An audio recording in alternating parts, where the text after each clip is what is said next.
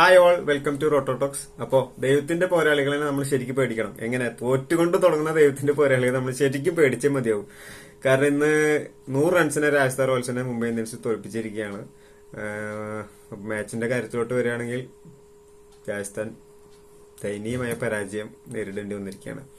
അപ്പൊ അത് നോക്കുകയാണെങ്കിൽ തന്നെ രോഹിത് ശർമ്മ, റിക്കൾട്ടും കൂട്ടുകെട്ട് ഗംഭീരമായിട്ട് ഭയങ്കര കണ്ടിരിക്കാൻ തന്നെ ഒരു ക്ലാസ് പെർഫോമൻസ് ഉള്ള ഒരു കൂട്ടുകെട്ടായിരുന്നു. ഒരു 100 റൺസൊക്കെ സുഖമായിട്ട് അവര് അടിച്ചെടുത്തു. അത് കഴിഞ്ഞിട്ടും അവര് വിക്കറ്റ് പോയതിനു ശേഷം വന്ന സൂര്യകുമാർ യാദവ് ആണെങ്കിലും ഹർദിക് പാണ്ഡ്യ ആണെങ്കിലും അതൊക്കെ ശരിക്കും അത് ഇങ്ങോട്ട് കൊണ്ടുപോകുന്ന രീതിയിൽ നന്നായി ബാറ്റ് ചെയ്തു.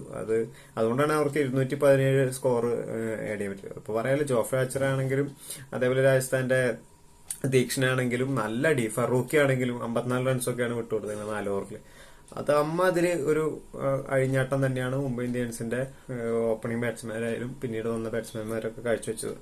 പക്ഷെ അതിനെ ഒത്ത രീതിയിൽ പെർഫോമൻസ് ചെയ്യാൻ രാജസ്ഥാൻ റോയൽസിന് ഇന്ന് കഴിഞ്ഞില്ല. അവരുടെ കഴിഞ്ഞ കളിയിൽ സെഞ്ചുറി അടിച്ച സൂര്യവംശി ഇന്ന് 0 റൺസിന് ഔട്ടാവുക ചെയ്ത്. അതേപോലെ ജയ്സ്വാള് കൂട്ടുകെട്ടൊന്നും കറക്റ്റ് ആയില്ല. ഹിറ്റ്മേർ ഡക്കിനാണ് ഔട്ടായത്. അപ്പൊ അതുകൊണ്ട് എന്താ പറയാ, ശരിക്കും രാഹുൽ തുറന്നടിച്ചു എന്നാണ് പറയണത് ഈ രാജസ്ഥാൻ ടീമിനെ പറ്റിയിട്ട്. തനിക്കിനി പ്രതീക്ഷ ഇല്ല എന്നാണ് ദ്രാവിഡ് പറയണേ. അപ്പോ എന്താ ചെയ്യാ അറിയില്ല.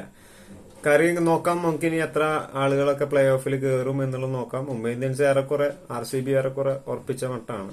ഈ ലെവലിൽ പോവാണെങ്കിൽ അവരെന്തായാലും പ്ലേ ഓഫ് കയറും ഉറപ്പായിട്ടും. അപ്പൊ കാത്തിരിക്കാം. Stay tune Rotox. Good night.